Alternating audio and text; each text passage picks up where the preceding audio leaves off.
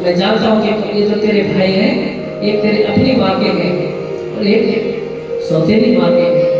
नकुल और सहदेव माद्री के थे और अर्जुन भीम और युधिष्ठिर कुंती के। अब इनमें से तुम बताओ, तुम किसको जीवित करना चाहते हो?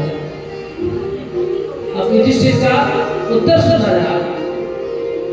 युधिष्ठिर जी का जो उत्तर है वो सुनना जरा। युधिष्ठिर जी कहते हैं, कुंती चैव तु माद्री च द्वै भार्या पितुर्मम। ये यक्ष मेरे पिता की दो पत्नियां हैं, एक है मां कुंती और दूसरी है माद्री। और देखो, यथा कुंती तथा माद्री विशेषो नास्ति मे मतो। मैं कहूं, जितना प्रेम मैं अपनी मां कुंती से करता हूं, उससे अधिक प्रेम मैं अपनी मां माद्री से करता हूं। जितना प्रेम मैं अपनी मां से करता हूं, उससे कई अधिक प्रेम मैं अपनी सौतेली मां माद्री से करता हूं। इसीलिए मातृभ्याम समविच्छन्ति, इन माओं में मैंने कभी कोई अंतर नहीं देखा। इसीलिए मैं चाहता हूं यक्ष इन भाइयों में से किसी को बचाना है तो नकुलो यक्ष जीविका। मेरे छोटी मां माद्री के पुत्र नकुल को जीवित कर दो। यक्ष ने कहा, युधिष्ठिर तू एक बात बता, तेरा भाई अर्जुन जैसा वीर और इतना बलवान तेरा भाई भीम, इनको छोड़कर तू एक नकुल को बचाना चाहता है? अरे कैसा है रे?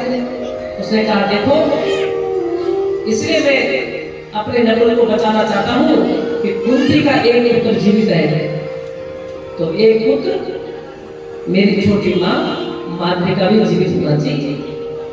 ये है प्रेम। मिलता है नहीं? बोलो, आजकल सबसे बड़ा शत्रु हमारा खुद का परिवार का ही भाई भाई बने हुए हैं। ये है ये कलयुग है। प्रेम देखना हो तो हम लोगों को शास्त्रों से समझना चाहिए। और ये शिक्षा कहाँ से मिलेगी? बोलो, कहाँ से होती है शिक्षा? जब हम अपने बच्चों को सनातन संस्कृति से दूर करते हैं तो ये शिक्षा आप सब समाप्त हो गई। युधिष्ठिर चाहते हो हम जैसे स्वार्थी लोग चाहते हो हम अपने माँ से जन्मे हुए बच्चे को जीवित कर लेते। धर्मात्मा युधिष्ठिर ने कहा, मुझे एक बेटा जीवित है, दूसरी माँ का भी एक बेटा जीवित होना चाहिए, इस नकुल को जीवित कर दो। यक्ष कोई यक्ष नहीं था, वो स्वयं धर्म ही यक्ष बनकर आए थे, परीक्षा ले रहे थे धर्मात्मा युधिष्ठिर जी। और वो परीक्षा में पास हुए और कहा, युधिष्ठिर मैं तुम्हारी परीक्षा ले रहा था, तुम्हारे सारे भाई जीवित हो गए। बोल भगवत्सल भगवान की। ऐसे ही यदि ये धुंधकारी पापी अपने भाई गोकर्ण की बातों को मान लेता तो आज ये गति नहीं होती, अकाल मृत्यु नहीं होती। तब वहीं पर वैश्याओं ने उसको दफना दिया और फिर वैसे भाग गई। एक दिन गोकर्ण जी को पता चला कि माँ धुंधुकारी मेरा भाई वो भी मर गया, पर पता नहीं कहाँ गया। किसी को पता ही नहीं उसको कहाँ जलाया गया, दफनाया गया, फेंका गया। गोकर्ण जी को कोई पता नहीं चला। अपनी माँ के बारे में भी सूचना मिली कि मेरी माँ धुंधली थी, उसने भी कुएं में गिरकर अपनी जान दे दी। ऐसा सोचकर गया इत्यादि बड़े बड़े पिंड डाल दी गोकर्ण जी।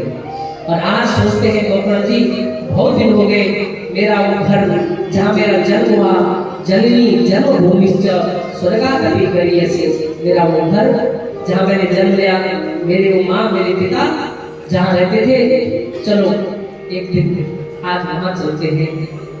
तीर्थों से भ्रमण करके उस दिन गोकर्ण जी अपने उसी पिता के घर में पहुंचे जहाँ उनका जन्म हुआ था।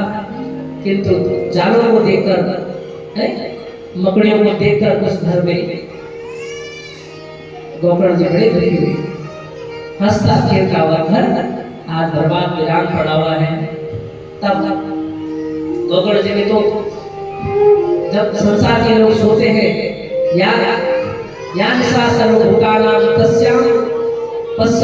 तस्याम जागरण संयमी, जब संसारिक लोग सोते हैं उस समय महात्मा का दिन होता है, तब करने बैठ गए। जब तब कर रहे थे गोकर्ण जी, तो वो जो प्रेत वही उसी आंगन में भूत बनकर घूम रहा था, धुंधकारी भूत बनकर गोकर्ण जी के पास उपस्थित हो गया। अलग अलग आकृतियों में, कभी भेड़ बने, कभी बकरी बने, अलग अलग आकृतियों में आए। तो गोकर्ण जी तपस्वी थे, उन्होंने हाथ में जल लिया और जल का छिड़काव किया, तो बोल नहीं पा रहा था। गले में मरते समय अंगार ला गया था ऋषियों ने, इसीलिए बोल नहीं पाया। तो बोल नहीं पाया तो अपने अभिमंत्रित जल से गोकर्ण जी ने उसके ऊपर छिड़काव किया और पूछा तुम कौन हो। तब देखो इसने क्या कहा, अब इसको वैराग्य हो गया। आज कितने प्रेम से बोला, जो गोकर्ण से सीधे वो बात नहीं करता था, वो पापी क्या कह रहा है। अहम भ्राता त्वदीयोऽस्मि धुन्धुकारीति नामता स्वकीयेनैव दोषेण ब्रह्मत्वं नासितं मया। पहचानो मुझे, मैं कौन हूँ। भाई तुम्हारा अनुज हूँ गोकर्ण, गोकर्ण तुम्हारा अनुज हूँ धुंधुकारी। गोकर्ण ने कहा धुंधुकारी तेरी ये दशा, तो तू प्रेत योनि में गया हुआ है, तेरे लिए तो मैंने गया इत्यादि में बड़े बड़े पिंड डालूंगी, तो तेरी ये गति कैसे हुई। पूरा वृतांत सुनाएंगे, मैं कैसे मरा, आज मैं ये भूत प्रेत योनि में पड़ा हुआ हूँ, ये मेरे कर्मों का ही फल है। अहम बंधो कृपा सिंधो भ्रातर्नाम सुमोचयः। अब प्रार्थना कर रहा है गोकर्ण, पिता को तुमने मुक्त कर दिया था जीते जी, मेरी मुक्ति का भी साधन कर, मेरी मुक्ति का भी साधन। अच्छा, गोकर्ण ने कहा ठीक है, अभी तो कुछ नहीं कर सकते, किंतु तेरे लिए क्या उपाय करने चाहिए ये मैं भगवान सूर्य से पूछूंगा। प्रातः काल गोकर्ण जी उठे, संध्या वंदन किया, अर्घ्य पात्र देकर सूर्य भगवान को नमन किया और भगवान सूर्य से पूछा, प्रभु मेरा जो अनुज है, जबकि एक ही मां से जन्मे नहीं थे, गोकर्ण जी को संत के प्रसाद से आपने कथा सुनी, तो ये धुंधुकारी जो था ये खरीद कर लाया और पुत्र था। फिर भी गोकर्ण जी ने कहा मेरा जो अनुज है, इसकी मुक्ति के लिए कौन से साधन करने चाहिए। तब देखो सूर्य भगवान ने कहा श्रीमद् भागवतां मुक्ति सप्ताह वाचनं कुरु। यदि इस प्रेम को मुक्त करना चाहते हो गोकर्ण, तो भागवत कथा का आश्रय ले लो, श्रीमद् भागवत महापुराण को। और सूर्य भगवान को नमन किया। गोकर्ण जी वक्ता बने और उपस्थित गांव वाले सभी श्रोता बने, और उसकी मुक्ति के लिए आज गोकर्ण जी भागवत कथा कर रहे थे। वो प्रेत भी उसी कथा पंडाल में पहुंच गया, पर वो तो छाया रूप में, हवा रूप में इधर उधर में ठहर ले रहा था। वहीं पर एक बांस का डंडा था, उसी बांस के 7 छिद्रों में एक जगह अपना स्थान ग्रहण कर लिया। पहले दिन की कथा हुई तो पहली गांठ चढ़ गई, ऐसे ही 7वें दिन की कथा में 7 गांठ चढ़कर भागवत की कृपा प्रसाद से ये प्रेत योनि में पड़ा हुआ धुंधुकारी सामने पीले वस्त्र पहनकर प्रकट हो गया। बोल भक्तवत्सल भगवान की पीतवासा घनश्यामो मुकुटी कुंडलान्वितः। बड़ा दिव्य स्वरूप प्रेत का, पीले कपड़े पहने हुए, कुंडल लटके हुए, सर पर मुकुट है, ऐसा स्वरूप सीधे साक्षात वो प्रेत वहां पर उपस्थित हो गया। अब आप सोच रहे होंगे भागवत कथा में वो पीले कपड़े पहनकर क्यों आया। एक प्रश्न, मुकुट और कुंडल पहने हुए ऐसा वेश कैसे बन गया। देखो जरा, भगवान की भक्ति में 4 प्रकार की मुक्तियों का विधान है। जो व्यक्ति भगवान की भक्ति करता है तो भगवान उसको 4 प्रकार की मुक्ति देते हैं। तो कौन कौन सी? सायुज्य, साष्टी, सामीप्य और सालोक्य। इन 4 मुक्तियों में सालोक्य, जैसा भगवान का रूप है ऐसे उस भक्त को भी वो रूप दे देते हैं। एक मुक्तियों में से एक मुक्ति है, तो भगवान ने पापी धुंधुकारी को वही मुक्ति प्रदान करी। सारूप्य, जैसा भगवान का स्वरूप है वही स्वरूप इसको प्रदान कर दिया। बोल भक्तवत्सल भगवान की, भागवत महापुराण की। और इसके लिए बीमार आए और सीधे स्वर्ग जाने लगे। गांव वालों ने कहा गौतम जी, हे महात्मा, ये पक्षपात क्यों? कथा तो हम सब लोगों ने सुनी, तो ये पक्षपात क्यों? इसके लिए तो बीमार आ गए, और हमारे लिए ये तो भगवान के धाम पहुंच गया। हमने भी कथा सुनी, ये तो देखो जरा क्या कहा गौकर्ण जी ने कहा।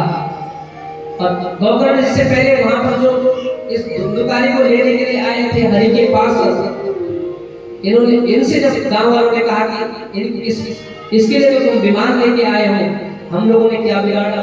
अब वो क्या कह रहे हैं हरिदास जो लेने आए थे, श्रवणस्य विभेदेन फलभेदोऽत्र स्वस्थितः, श्रवणं तु कृतं सर्वे न तथा मननं कृतं। कथा के 3 घंटे पहले मैंने आपको कहा था कि सब सुन रहे हैं, पर ये कथा हम पर कार्य क्यों नहीं कर रही है? हमारा उद्धार क्यों नहीं हो रहा है इतनी कथाओं के बाद? क्योंकि हम सब सुन रहे हैं, परिवर्तन कुछ नहीं कर रहे हैं। परिवर्तन होगा, चिंतन करोगे, मनन करोगे तो ये कल्याण करेगी ये कथा। मनन नहीं करते। आप देखो जरा, सब लोग बैठे हुए थे कि तुम इतनी भीड़ में जरूरत नहीं, सब सुन रहे होंगे। कुछ लोगों को लगता होगा अरे साउंड ठीक नहीं, कुछ लोगों को लगता कुर्सी 2-4 और होती, किसी को लग रहा होगा बिस्तर भी ठीक होते और मंगली, किसी को लग रहा होगा ब्याज ठीक नहीं, किसी को लग रहा होगा कुछ ये ठीक नहीं, किसी को लग रहा होगा प्रसाद ठीक नहीं, अलग अलग प्रकार के श्रोता। और किसी को लग रहा होगा आहा क्या आ रहा है। श्रोताओं के अपने अपने लक्षण, कौन व्यक्ति क्या सुनता है ये तो उसके पात्र पर निर्भर करता है। जिसने अपने पात्र को मांझ के लाया हुआ है, जिसका पात्र मजा हुआ है, चमाचम हो रहा है अंदर से, उसमें ये गंगा जल जा रहा है, फैल रहा है। पहले से भरकर आओगे, हमें सब कुछ आता है तो कुछ नहीं टिकेगा, कुछ भी नहीं। और सुन भी लिया, उस पे मनन नहीं किया, उस पे चिंतन नहीं किया, और इसमें से क्या हमें ग्रहण करना चाहिए, क्या नहीं ग्रहण करना चाहिए, यदि इस भाव से नहीं सुनोगे तो ये सब ऐसे होगा जैसे डॉक्टर ने कहा ये दवाई ले जाओ, इसको खाओ ठीक हो जाओ, घर में जाके दवाई ऐसी पड़ी हुई कभी ठीक नहीं होगी। इसलिए 4 प्रकार के श्लोक बैठते हैं कथा में। पहले सामान्य भाषा में सुनाता हूँ 4 प्रकार के श्लोक। 3 प्रकार के तो मुख्य आते हैं। एक होता है श्रोता जो सुन रहा है, दूसरा होता है श्रोता।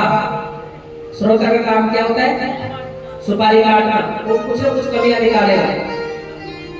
और तीसरा होता है एक श्रोता जो कथा में आके सो जाता है, कोई मतलब नहीं। एक और होता है श्रोताओं में, वो कथा में तो बैठा रहता है पर उसका मन हाथ ही लगा रहता है।